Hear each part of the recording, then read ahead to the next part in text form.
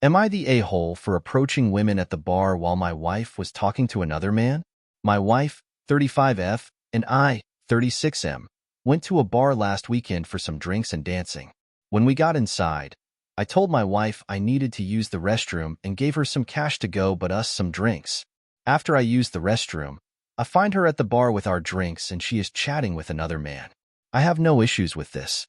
I approach my wife, grab my drink, and try to join in on the conversation. I felt so awkward standing there as this guy had no idea who I was, and my wife didn't introduce me. So, I stick out my hand to introduce myself as her husband, and the guy just blankly stares at me and give me a limp wrist hand shake. My wife and the guy continue their conversation and discussing their favorite bars in the neighborhood. I felt like a third wheel there, and it felt like my voice was being ignored. I decided to leave those two to talk and I approached two women also sitting across the bar and make friendly conversation. The one was wearing a band t-shirt of one of my favorite bands, so we were talking about that. My wife saw this and began giving me the death stare. She then left the guy at the bar and pulled me away from those two women. It was quite awkward. My wife and I discussed what happened. I explained that I felt like third wheel with her and the guy at the bar. They were ignoring the things I said, and she didn't even introduce me when I came up to them. I wanted to have some fun conversing with some new people, like she was doing, why I started talking to the two women at the bar. I told my wife that her speaking with that guy and me speaking with the women are the same situation, except she did not even try to join the conversation I was in. It's not like we were discussing anything inappropriate. Literally, just music, specifically that band the women was wearing a t-shirt of. We have discussed this at length, and she claims they are totally different situations because I had to approach those women, where she was already seated and the guy approached her. I am over this situation and ready to move on, but my wife cannot let it go and has been giving me the cold shoulder since that night. AITA for refusing my wife's request to sleep with her colleague after surviving cancer? This is a complicated story, and I need to hear some objective opinions. My wife, Sarah, and I have been married for 15 years. We've had our ups and downs, like any couple, but the last couple of years have been particularly challenging. About 2 years ago, Sarah was diagnosed with breast cancer. It was devastating news, and the subsequent months were a blur of doctor visits, surgeries, chemotherapy, and endless nights of worry. Sarah fought hard. She endured the pain, the nausea, the fear.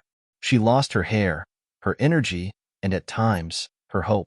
But she never gave up. I was with her every step of the way, doing my best to be her rock. I took care of the household, our 2 kids, and tried to keep things as normal as possible. It was a long, grueling battle, but about 6 months ago, we received the news we've been praying for. Sarah was in remission. Life started to return to normal, or at least a new normal. Sarah went back to work, started reconnecting with friends, and began to find joy in the little things again. I was overjoyed to see her coming back to life, and I thought we were finally moving past the dark times. A few weeks ago, Sarah sat me down and said she needed to talk about something important. She was nervous, which put me on edge. I had no idea what was coming. She told me that going through cancer had changed her in many ways. She had faced her mortality and realized that life is too short to have regrets.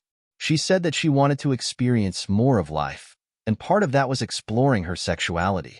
I was stunned. Sarah has always been the more conservative one in our relationship.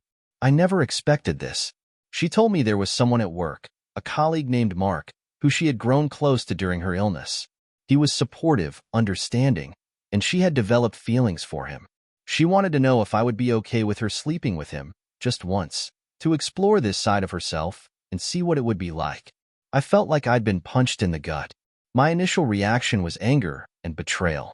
How could she ask me this after everything we'd been through? How could she even consider being with someone else? I told her I needed time to think and left the house. I drove around for hours, trying to make sense of it all. Over the next few days, we had several long, emotional conversations. Sarah insisted that this wasn't about love or replacing me. She said she loved me deeply and was committed to our marriage, but this was something she felt she needed to do for herself. She said it was about living without regrets, about fully embracing life after coming so close to losing it. I was torn. On one hand, I understood where she was coming from. She had faced death and come out the other side with a new perspective. On the other hand, I felt like my trust and our vows were being shattered. I felt like she was asking too much of me. I suggested counseling, but she said this was beyond that. It was a personal journey she needed to undertake. I talked to a few close friends about it, but their reactions were mixed. Some understood Sarah's perspective, while others thought she was being selfish. I felt more confused than ever.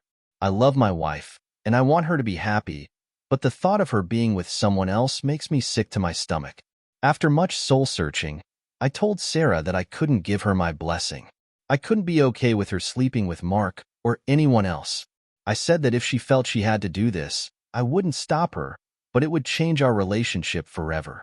She cried and said she understood, but she seemed deeply hurt and disappointed. Since then, things have been tense between us.